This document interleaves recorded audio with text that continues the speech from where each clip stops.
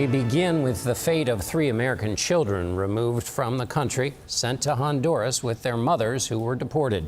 CBS News correspondent Lilia Luciano joins me now. So, Lilia, tell us the story. What's happening? What do we know about these children and their families? So this is what we know, John. There are 2 mothers. One has a 4-year-old and a 7-year-old. The 4-year-old, of course, I'm sure you've read about this by now, was being treated for stage 4 cancer, a rare form of cancer.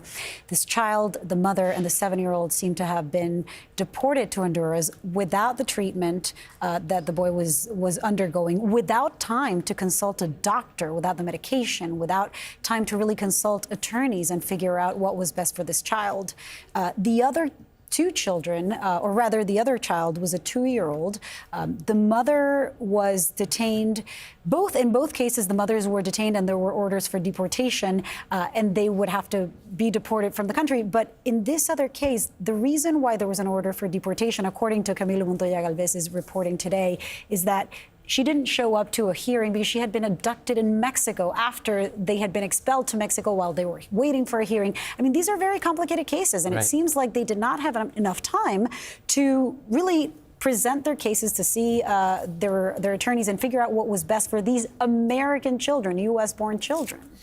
And in these cases, were they, the Trump administration said they were going to go after the most hardened criminals. What were the cases of these 2 mothers, just in terms of putting them on the scale of hardened criminal to migrant who shouldn't be here? That's such a good question. And I asked Tom Homan last Friday, has the strategy changed? Because we are seeing cases where it doesn't seem to be the worst of the worst. And he says everybody is on the table. What Homan and what DHS is saying is, look, these American children were not deported. Their mothers were deported, and they chose to take the children with them. In the case of the 2-year-old, we have seen that there is a note that the mother wrote that night, within hours before she was deported to Honduras, where she said that she had the intention of taking her child with her. That said, attorneys are saying, look, that's not enough time.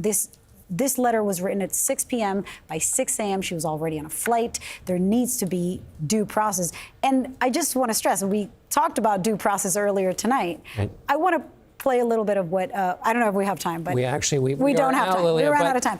You're all over it. We'll have you, we'll be seeing you soon enough tomorrow. Homan had a lot to say about due process. Lilia Luciano, thank you.